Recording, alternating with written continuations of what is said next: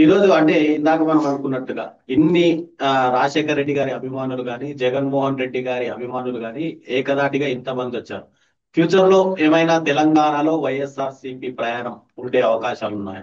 జగన్మోహన్ రెడ్డి గారు ప్రయాణం చేస్తాడో చేయడో కానీ ఆయన ముద్ర, ఆయన ప్రయాణం చేస్తే ఖచ్చితంగా తెలంగాణలో ఒక సంచలనం అవుతుంది. రీజన్ ఏంటంటే ఒకానొక సందర్భాల్లో మీరు గుర్తుంటే జగన్ గారే అన్నారు, నేను అనుకోనంటే ఉత్తమ్ రెడ్డి ఎమ్మెల్యే గెలిచేవాడు కాదు అన్నాడు.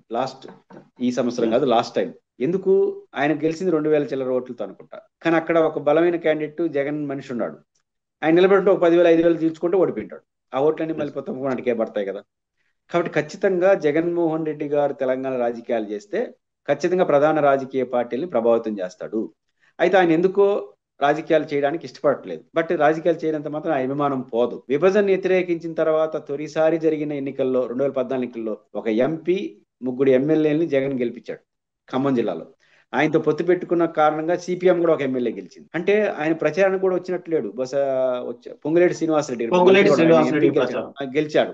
ఎంపీ గెలిచాడు ఆయన.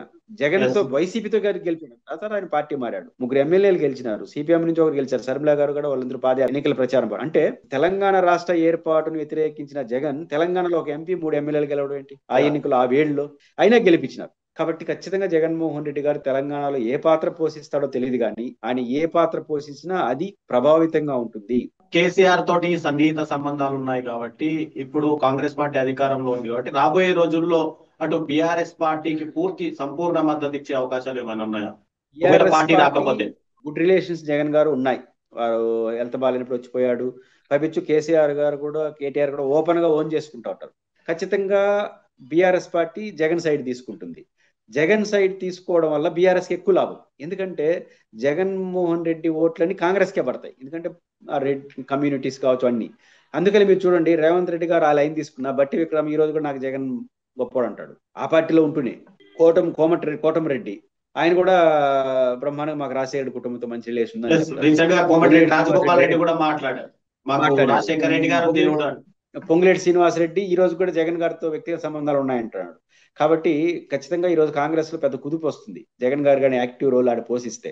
ఈ కాంగ్రెస్ పార్టీ దీన్ని జగన్ గారిని అర్థం చేసుకోకుండా పోతే కాంగ్రెస్ కే నష్టం. కాబట్టి జగన్ గారు ఏ పాత్ర అంటే ఆయన మనం గెలిచి రాజ్యాధికారం చేపట్టేంత సీన్ లేదు కాబట్టి మనం ఆడు ఎందుకని గమ్మున్నాడు.